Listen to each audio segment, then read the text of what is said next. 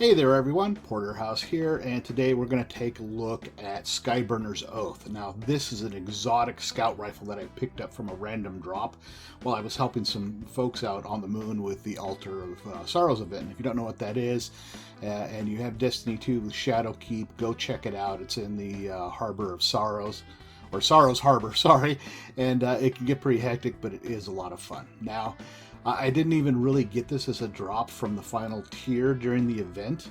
I just happened to kill some random nightmares. I was running around and this exotic engram popped out.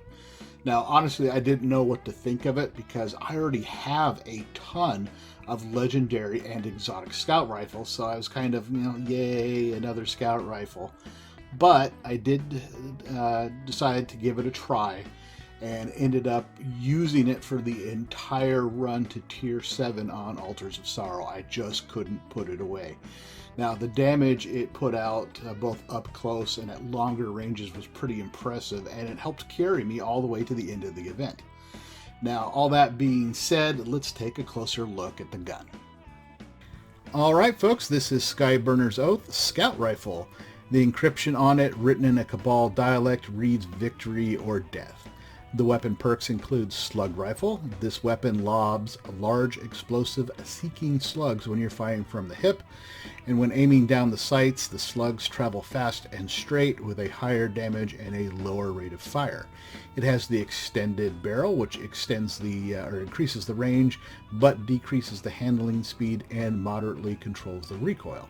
It has the extended magazine, which, as advertised, increases the magazine size, but at the cost of decreasing the reload speed. It has for the Empire. This weapon is full auto, does extra damage to Cabal, and penetrates the Phalanx shields, which you're going to see in the action clips coming up here in a minute.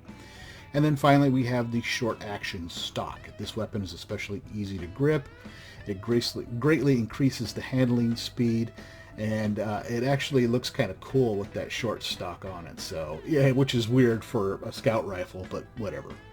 The power level is 960. It has an 18 round magazine, fires 200 rounds per minute, and you can see the weapon's performance here, and the impact looks a little low to me just based on how fast I was mowing through things with this rifle.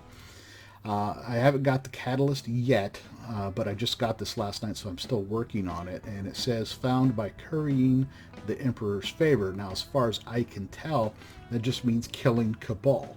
And it doesn't say under which context, or at least nothing I found. So if you know anything, please feel free to drop it in the comments below. In the meantime, I'm going to be hunting Cabal all over the place. I don't have any ornaments for it, but I actually don't mind its default appearance. It looks blunt and ugly and dangerous as hell. Now, there is some lore with it. It says some grunts are born to fight the war. Yes, they're loyal and true, and when the call comes, hot drop in 5, well, they're always the first one in the queue. But I'm not one of them. I'm no hero. I'm in no hurry to die. I shot my own squad on Phobos when death came to wear us like armor. I rode the Primus's ship that rammed the Hive Dreadnought. Second wave out of the hatch. We won that fight. Victory or death.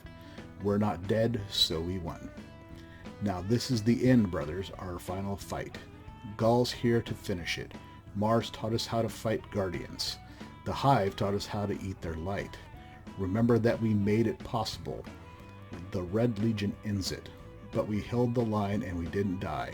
That's victory. It says so on the gun.